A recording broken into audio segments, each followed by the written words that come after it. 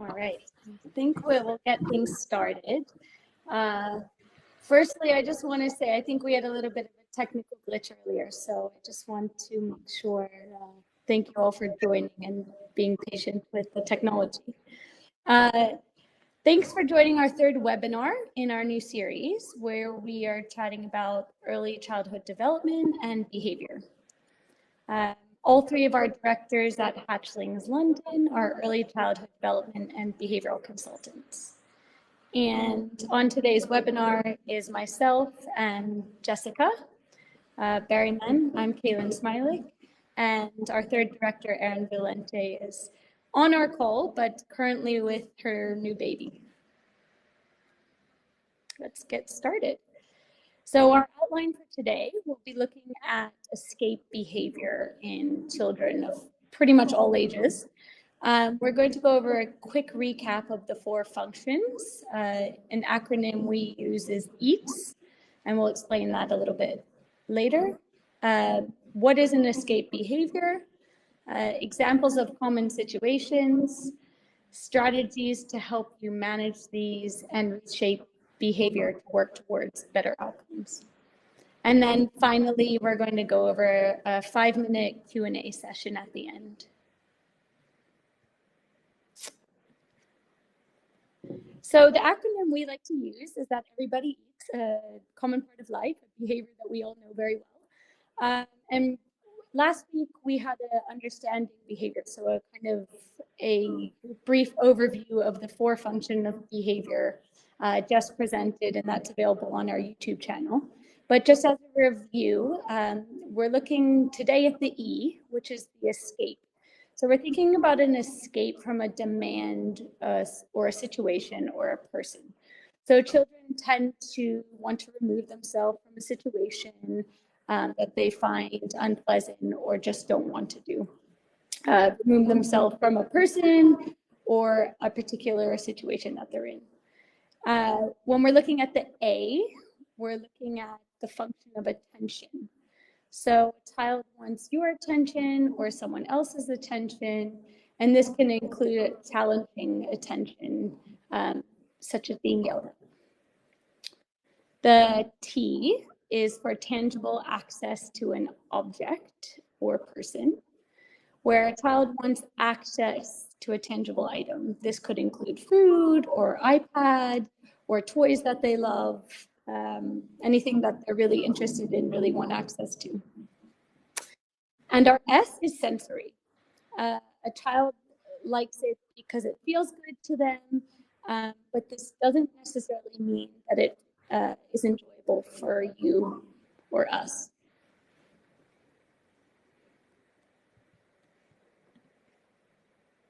So when we're thinking about looking at behavior in general, just because some of the foundational things is really understanding behavior. So what makes your child tick and what is driving your child's behavior? Why is it happening? And we're kind of thinking about those 4 functions of behavior. And then when we're looking at working with behavior, we always want to think about how we can replace the behavior to make functional behaviors and think about improving the relationship between both sides. So both you and your child or you and your student in general. Jess, do you have anything to add? No, I think that's really cool. Right. We really focus on, you don't get rid of behaviors, you reshape for them and change them into something more functional and something that kind of works better connection-wise for you and your child. And that's kind of always the thing that people need to keep in mind with, especially with young children's behavior. We don't get rid of behavior, we just change it and we make it something a little bit more positive for you and your child.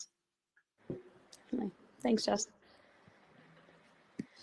So a common way that we try to look at behavior and analyze it is kind of a little bit of a data tracking way as well, and very simplistic, is looking at the ABCs.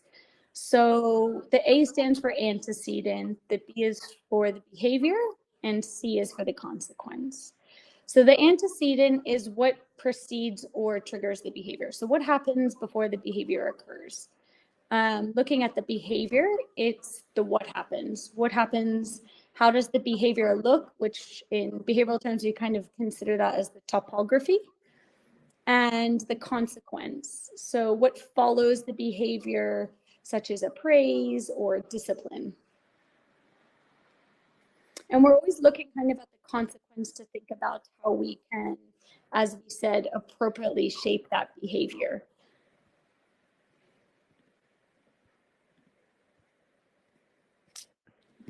So in terms of escape, specifically, as we said, it's a behavior that occurs with the aim of removing a specific person or location that the child no longer wants to be around, or a removal of the object or activity that the child no longer wants to do. It often looks like the child's not listening or the child's being defiant. When we think about what the actual behavior looks like, or as I said, the topography, is the child may yell or throw themselves on the floor when asked to sit at the table to complete an activity. And we're going to look at a few other examples that I'm sure we see in children in general now. And thinking about the replacement is teaching your child to ask to do the activity later or to ask for a break. So making it really functional and a skill that meets their level if they're able to use the words to ask for a break or complete the activity later.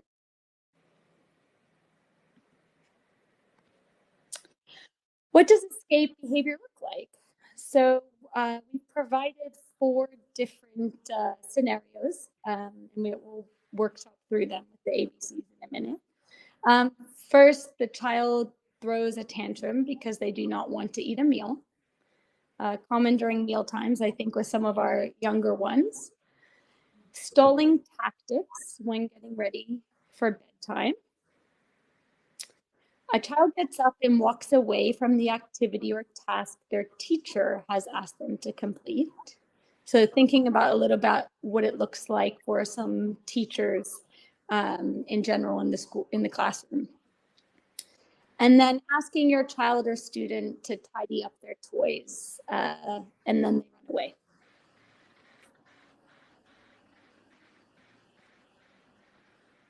So I've just chosen this first example, and we'll work through the ABCs of it. Looking at the antecedent is you ask your child or student to complete the puzzle.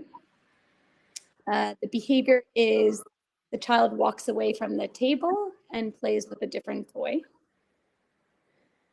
And the consequence is you continue to let them play with the other toy, and you think that you will try again tomorrow. I think sometimes it's quite easy to not fight the battle of bringing the child back or getting them to use their words. So it's a little bit easier to think, you know what, I'll pick that battle tomorrow, and we'll try again. Jess, sorry, anything to add to that? No, yeah, that's exactly right. Yeah, exactly. It's you're kind of always dealing with each incident separately, so it's easy to kind of be like, okay, not a problem. I'm just going to pause that one for today and come back to it tomorrow. But obviously, there are some children who get themselves into a cycle. I'm sure we've all experienced this of constantly doing that, and you know, no matter how many times you revisit the puzzle, you're just not getting there. And that's what we're going to talk you through is how we can kind of get your child doing the puzzle at the table with you, whether that's at home or with your teacher. Great, thanks, Jess.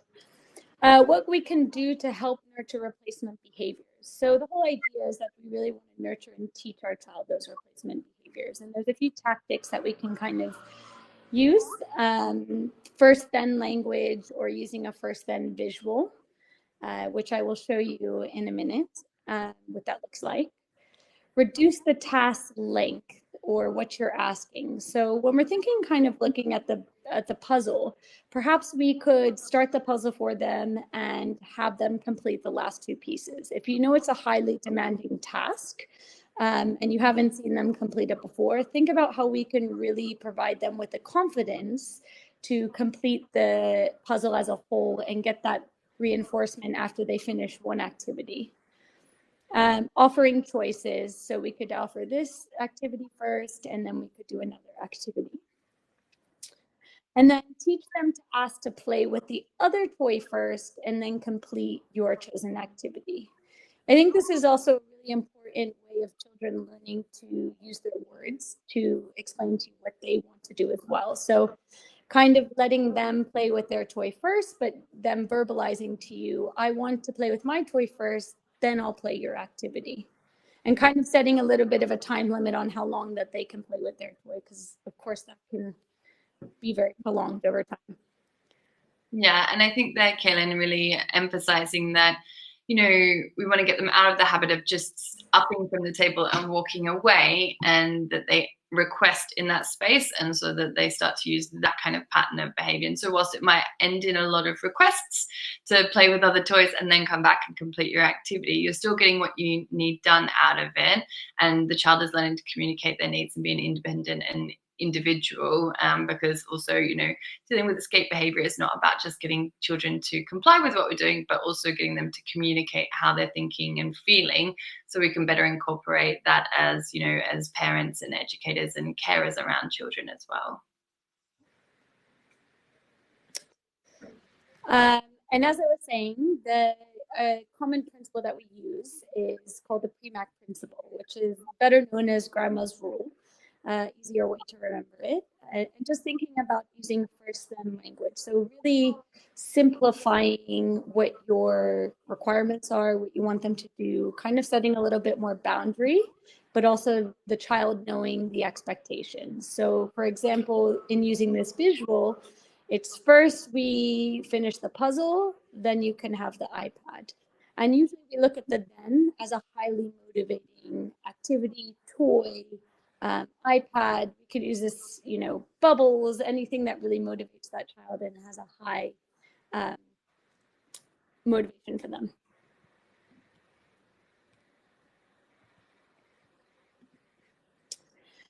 So next, we'll look at another example and ABC this. The antecedent is you ask your child to sit down at the table and eat their vegetables.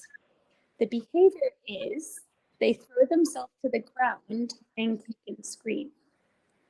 And the consequence is you tell them, it's okay, leave the vegetables and eat the chicken nuggets or whatever they more prefer. So there's definite ways within eating that we can work on a lot of these different behavioral tantrums that happen around eating. And how to nurture the replacement behavior is we can use Grandma's Rule with first then in the same way that I explained before, with first have one bite of the corn and then you can have a bite of the chicken nugget, or first have one bite of the corn and then you can have the iPad, just to kind of build that repertoire so that they're having more bites over time. We can explore healthy eating. Sorry. Yeah, sorry, Kaylin. That's a really, I think, good point you just made there, is that making sure it can be a really small goal when you're getting started, that it doesn't have to be, eat the whole piece of corn, that one bite, if your child has never eaten corn before, just getting them to lick the corn or just to try it, just one bite and then having the rest of their food is just about getting them to try and introduce things and building that repertoire up and getting them trying new things, rather than going kind of a bit gangbusters and expecting them to eat the whole of a new food. Just being really cognizant of that fact, that you can start really small and simple and just really slowly build up over time. Definitely. And I think that's an area that we work on a lot, Jess, right? We see a lot of little ones with tricky eating. So definitely a focus that we like working on at Hatchlings in general. Another idea is offering choices of foods to kind of build that as well. And then thinking about the 80-20 rule, which is for every 2 new targets, you say ask for 8 easy or known targets. Kind of exactly how Jess explained.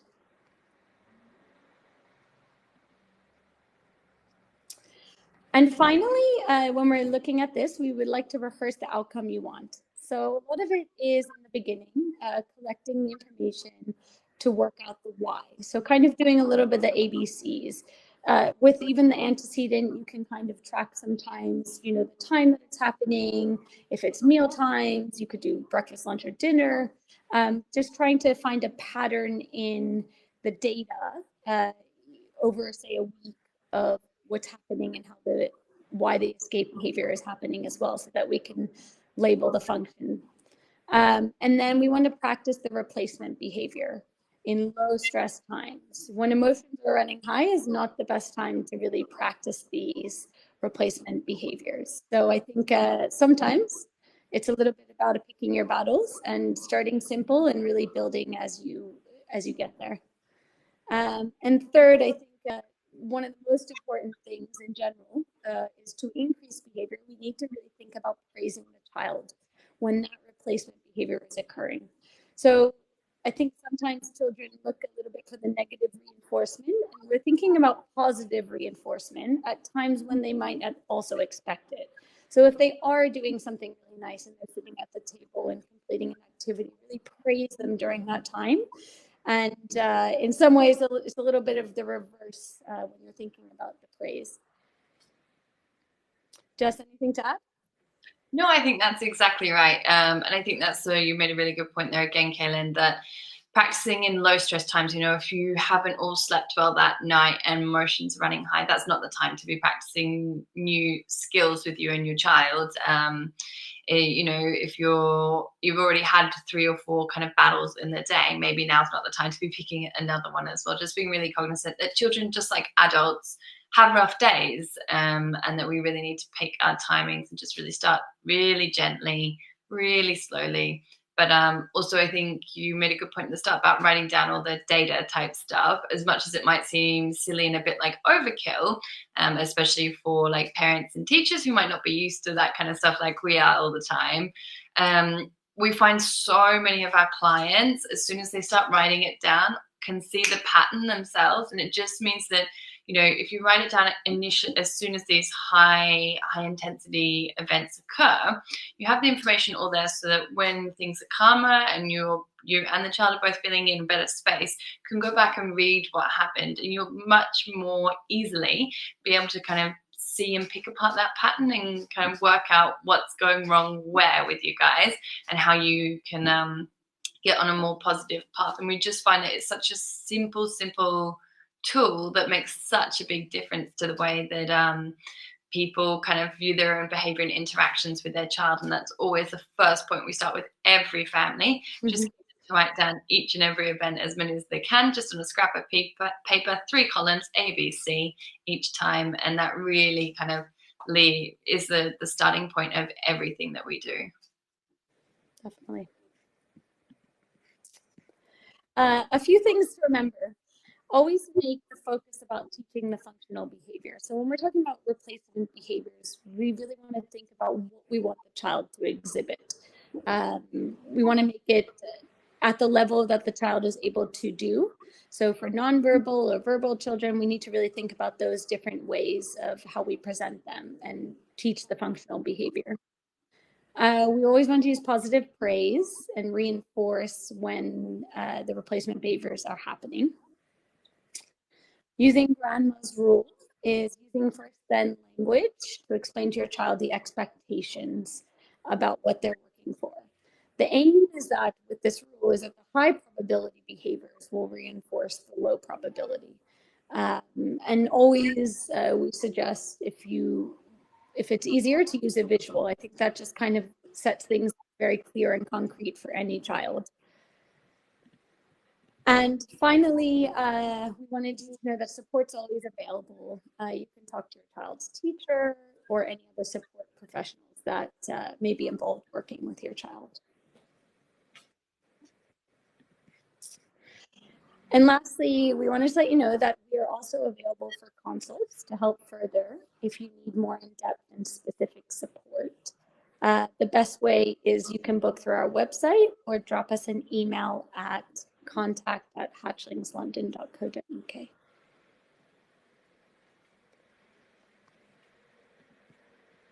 And finally, if anyone has any questions, we would love you to share your thoughts, or we can answer any questions that you might have.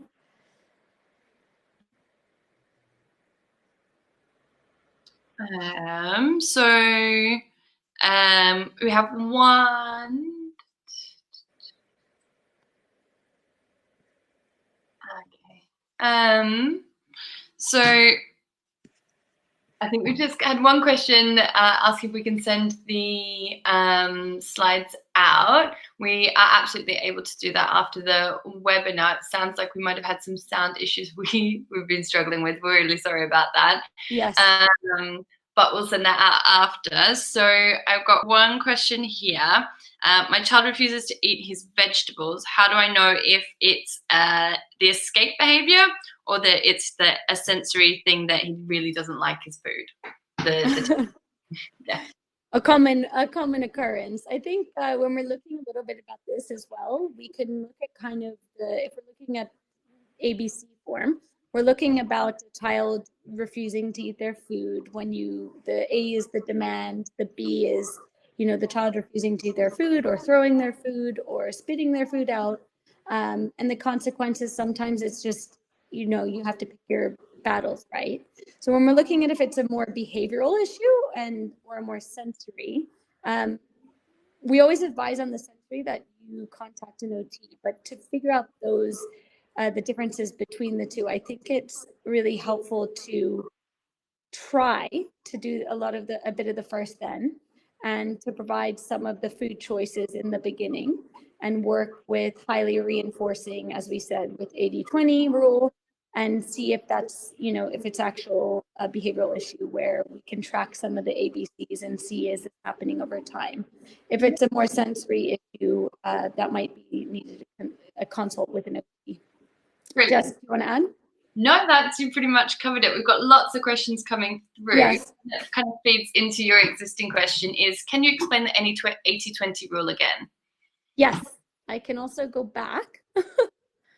And if that would be help. So for every 2 new targets, you ask 8 easy or none.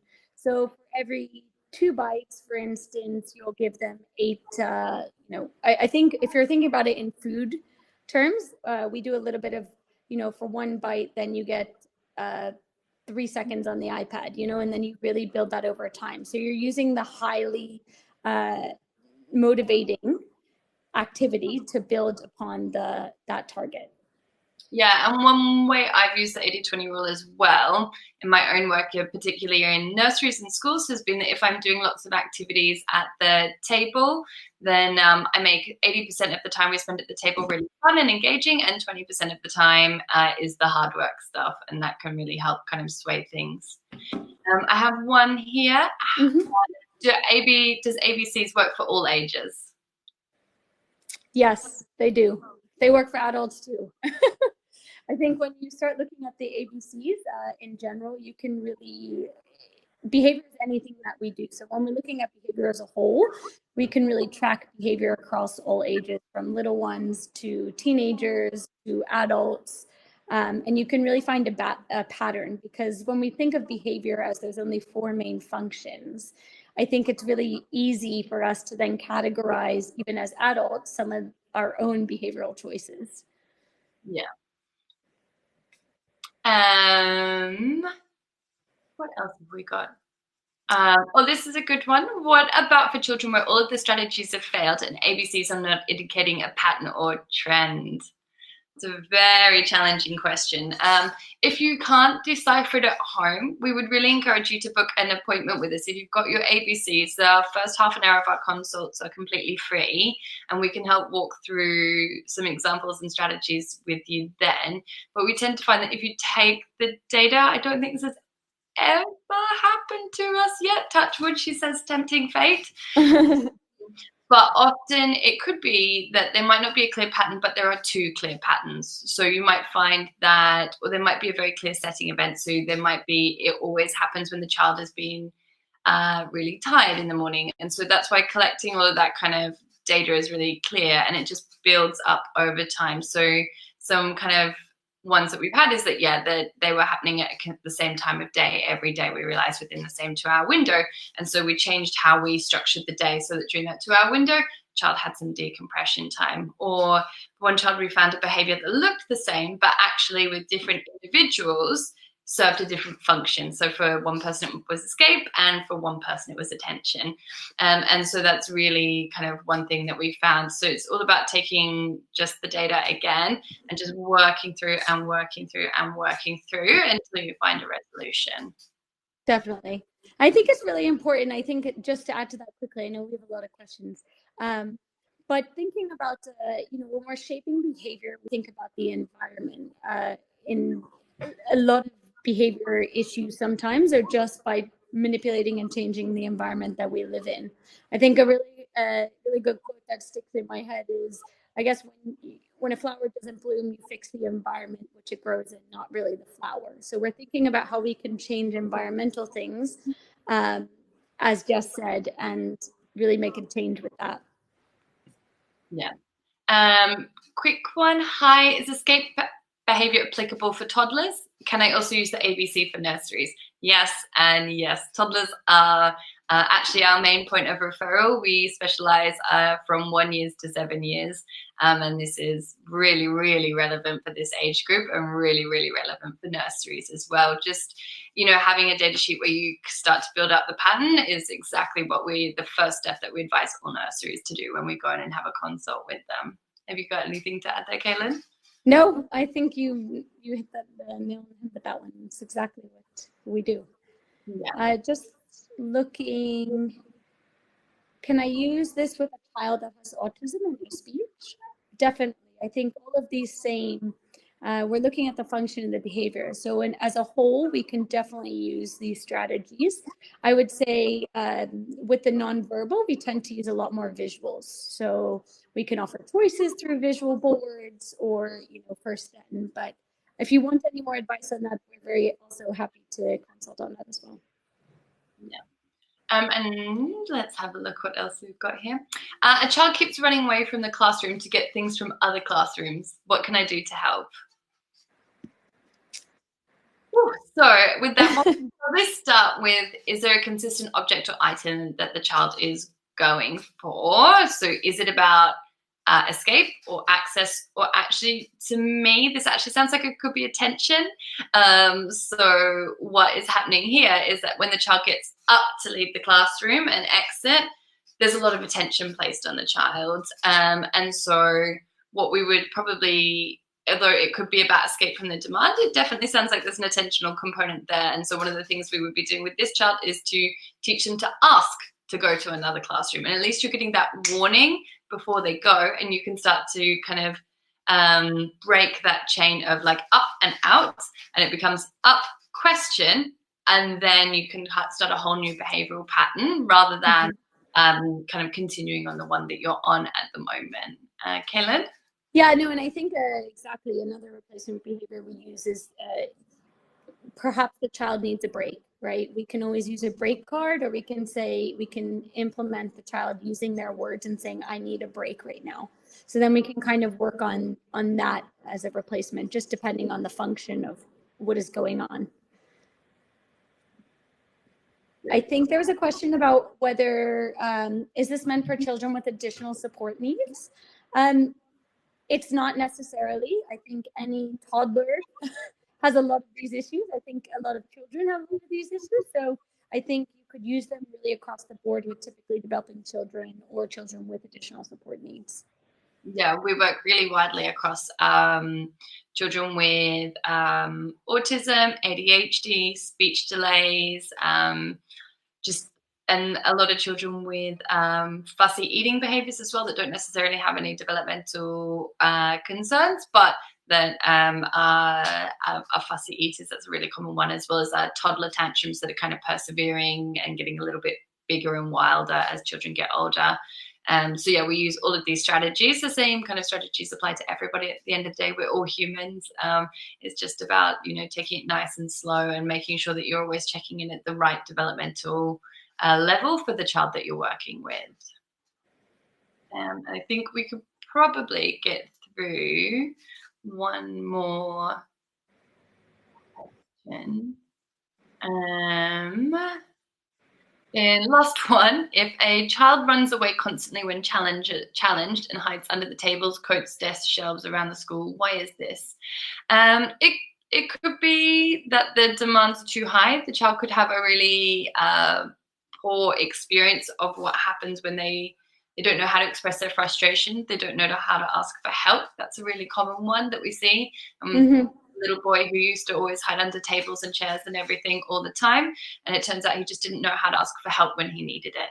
And so that's kind of really something that we work with. And then I think another one is that a child who had a really poor experience of always failing at schoolwork or failing at the table work.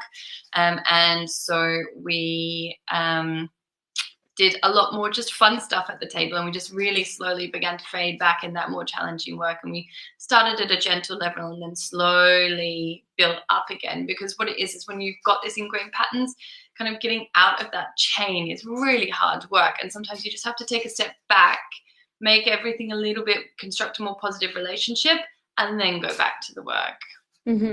And I think a lot of the praise works sometimes with that, where you see them sitting really well and the escape doesn't happen, and we're kind of finding them in the moment in the classroom where they're really doing something very well and really praising them for that.